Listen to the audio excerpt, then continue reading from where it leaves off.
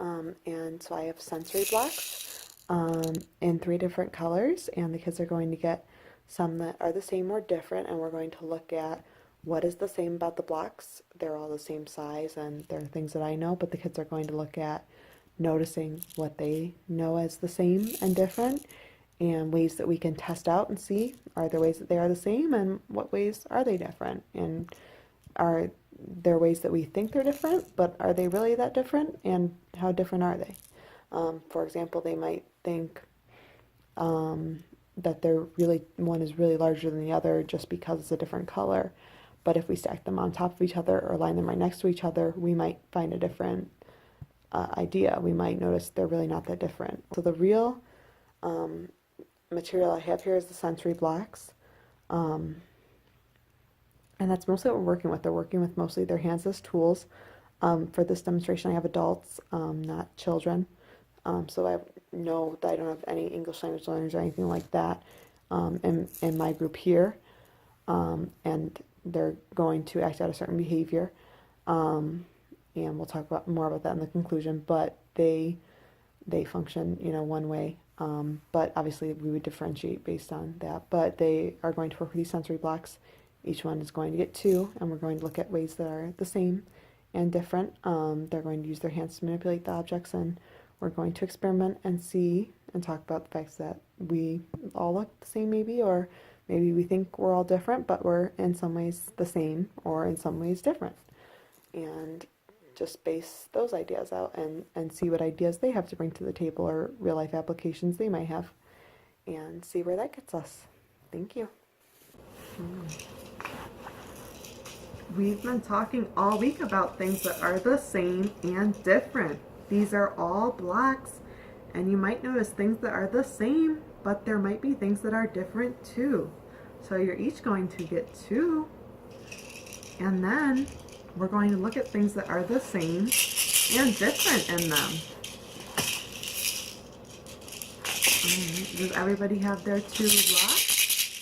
Oh my, and they do make noise. That's very exciting. We can look at that later. But for now, can we hold them down and look at them? Maybe look at the size and shapes and colors. Well, right now you have your 2 blocks, and she needs hers to do her activity. Can you give those ones back to her, please? Right now she needs hers to do her activity. I don't think she likes when you take them away. No. I think it might make her upset. I like my blocks. Does it make you feel a certain way when you take them away? Well, how come I can't have blocks? You can have one of mine. Well, that was kind. Thank you. Thank you. Can you tell him how it makes you feel when he takes your blocks away? Can we have a block back so she can do the activity? I just want the extra blocks. But you can have them later. I want more colors. You can have an extra block later at playtime, but right now we need to do our activity so we can get done for playtime. But more colors? But he's got my block. You can have 2 of different colors. 2 separate colors. Okay. So what if you have 1 purple and 1 yellow one? Or 1 blue and 1 yellow one? Okay. And Don will take a blue one back. And he'll take a green one. Will that work for now? Yes. Thank you. Now can you guys see the things in your blocks that are the same and different? Mine are pretty. Yours are pretty? Mm-hmm. Pretty shapes or colors or sizes? Pretty colors. Pretty colors? Did you notice anything about yours that are the same? I know you noticed they make noise. Colors different. The colors are different. Did you notice anything about the noises they make? Did you shake both of them? The noises are different, but size is the same. The size is the same? What makes the noises different?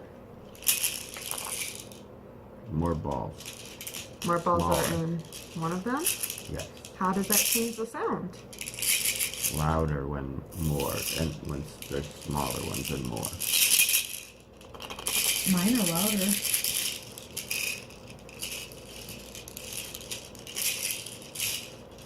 Did you trade one of her blocks for yours? I just wanted loud ones, because she talked back to me.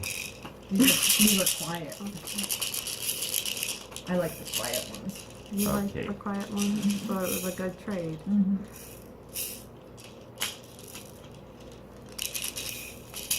What should we do with them? Well, would you guys like to make a pattern No, I want to make or a building. build a What's a building? pattern? A pattern is if you had a blue, or you could do a green, and then we could put your blue here, and then a green, and then we could do another blue, and then we would put another green. Oh, And then after that, what things would you come? If you had green, then blue, then green, then blue, then green comes blue. blue. That's right. But now I don't have any green or blue. Well, there's no more green or blue left, but you can have another yellow. And then that one has different size of. Oh, that's really quiet. But the really big one's quiet. That one's really quiet. Does it not have as many in it? No, it has more. It has more. How many do you think are in it? Can you count them? 100. 100?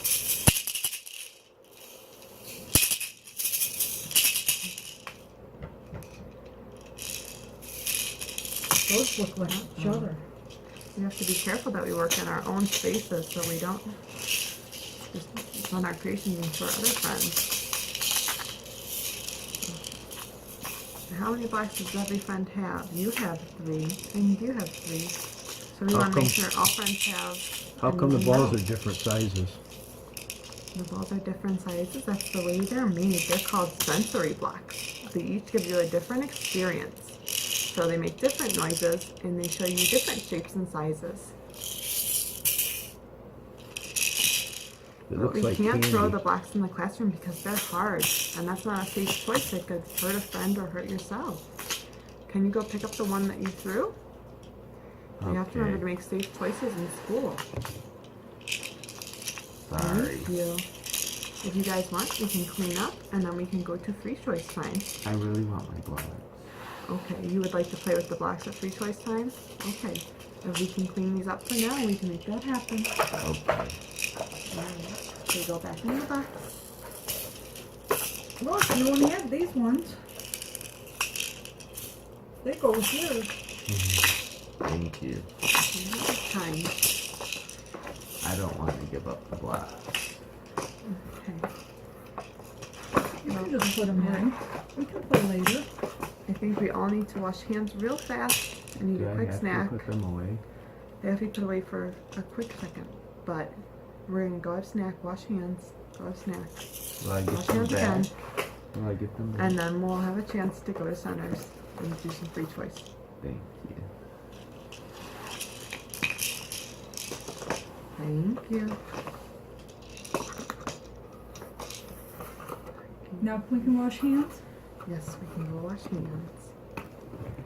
Did the activity and it went pretty smoothly. It was a little different not being a classroom. That was the one thing I'd like to do differently is be in a more classroom setting, because that would probably be a little more comfortable, and I'd have some more materials and a little bit more backup of like a teacher's aide if I needed anything, or another teacher, or directions, a director or a supervisor, something like that. But also I'd have, more safe space and material and everything child-proofed and child-sized, which is important. But otherwise, this activity is pretty good. There was more like challenging behaviors than expected, but it all tied in well, so that was okay. I tried to use the high scope resolution as often as possible. There are just times that doesn't always work out as best as I try to implement it, because it's what I've been taught to do. That's what the state of Michigan wants us to implement, and that's what we have been trying to do. That's what the state is approving of right now, and that's what the centers have been putting into place for us. But that just, I didn't know if I say to a child whose items are taken away from them, what's going to, make you feel better, what's going to fix the problem. they might say that they need exactly their 2 blocks back, and I don't know if the other child is going to give those things back, and I don't have the ability myself to, potentially, make that happen. So, because I can't, really hold them down and force blocks out of their hands. But, luckily they were able to come to a compromise, and there was some throwing, things like that, but we had talked about safe choices, and those were some strengths, is that they compromised and they were open-minded and they worked with the solutions, and we were able to talk about classroom safety and implement those things, and it brought us all kind of together, and no one was upset or injured or anything like that. Some weaknesses would be that we weren't really in an activity that I had the ability to like differentiate too much or change a whole lot of. If I had been presented with a whole nother different level of students, I don't know like how I could have changed it too much. If a couple of kids were acting out, it may have been a whole lot harder, because in a preschool classroom, which is more what this activity is, if you're comparing, talking about same and different, looking for kids to say what's the same and different, you're going to be more with a preschool group of kids. There's a 1 to 10 ratio usually. And so with 10 kids, if I had had a couple of challenging behaviors, and these kids all have blocks that they're working with to say same and different, and they're all pretty sturdy blocks, and they all stack them and knock them over, I do have to talk to a few kids about why that wasn't safe, because they could hurt a classmate if they were, not soft blocks. It could be hurting a classmate's feelings, but also them physically, and endanger classroom safety. That we don't want to knock things over and hurt a friend. But also we would have to go back to, and then if a few were taking from others, it would be more to oversee. So this would have to be a small group thing where I have a few friends with me at a table. And I had it as such, but this would even have to be not just me and my primary kids, but me and a select group of kids done it at one time. So really almost more of a centers of like 4 kids at one time type of deal. It's almost like with a sensory table, how I only ever have like 4 at my sensory table because it can get so hectic. I have a smaller sensory table, and because things just, sand gets thrown around, and I've had sand thrown in the kids' eyes, it gets crazy. Or rice or anything really. We keep it pretty quiet in that area, and it's one of those activities that would have to be kept quiet. Also, the sensory blocks that I have, they shake and make noise, and it's noisy. It would get noisy very quickly, so that would be another thing to look out for.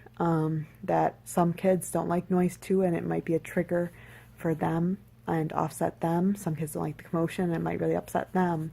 Luckily, I didn't have that issue with the group I was with, and I don't have the issue this year, but that could upset other kids in the class and set them onto some other behaviors as well, or upset them altogether and affect them. Or if you have a new student, you're not sure how they're going to react, it could affect them.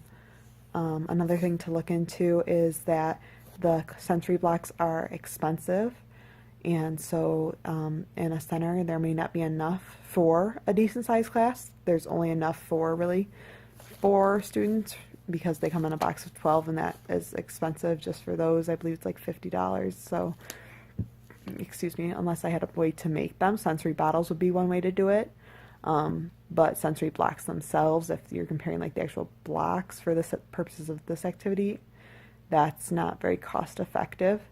So that's a definite weakness, because centers are usually looking at that, and it wouldn't be a really like an activity I could do with more than a few at once.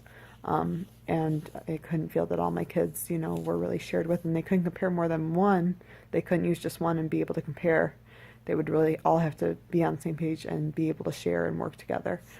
So I wouldn't want to be doing that with such young children, and I don't know that all of them, they wouldn't be able to necessarily share and work at the same time. They're just not there yet at such a young age. So it would be a challenging activity to do with such an expensive material with 10 kids all at once. So I would change this activity to something that's done with a smaller group, maybe more at a center's time. And that's about all I have to say. Thank you very much for watching.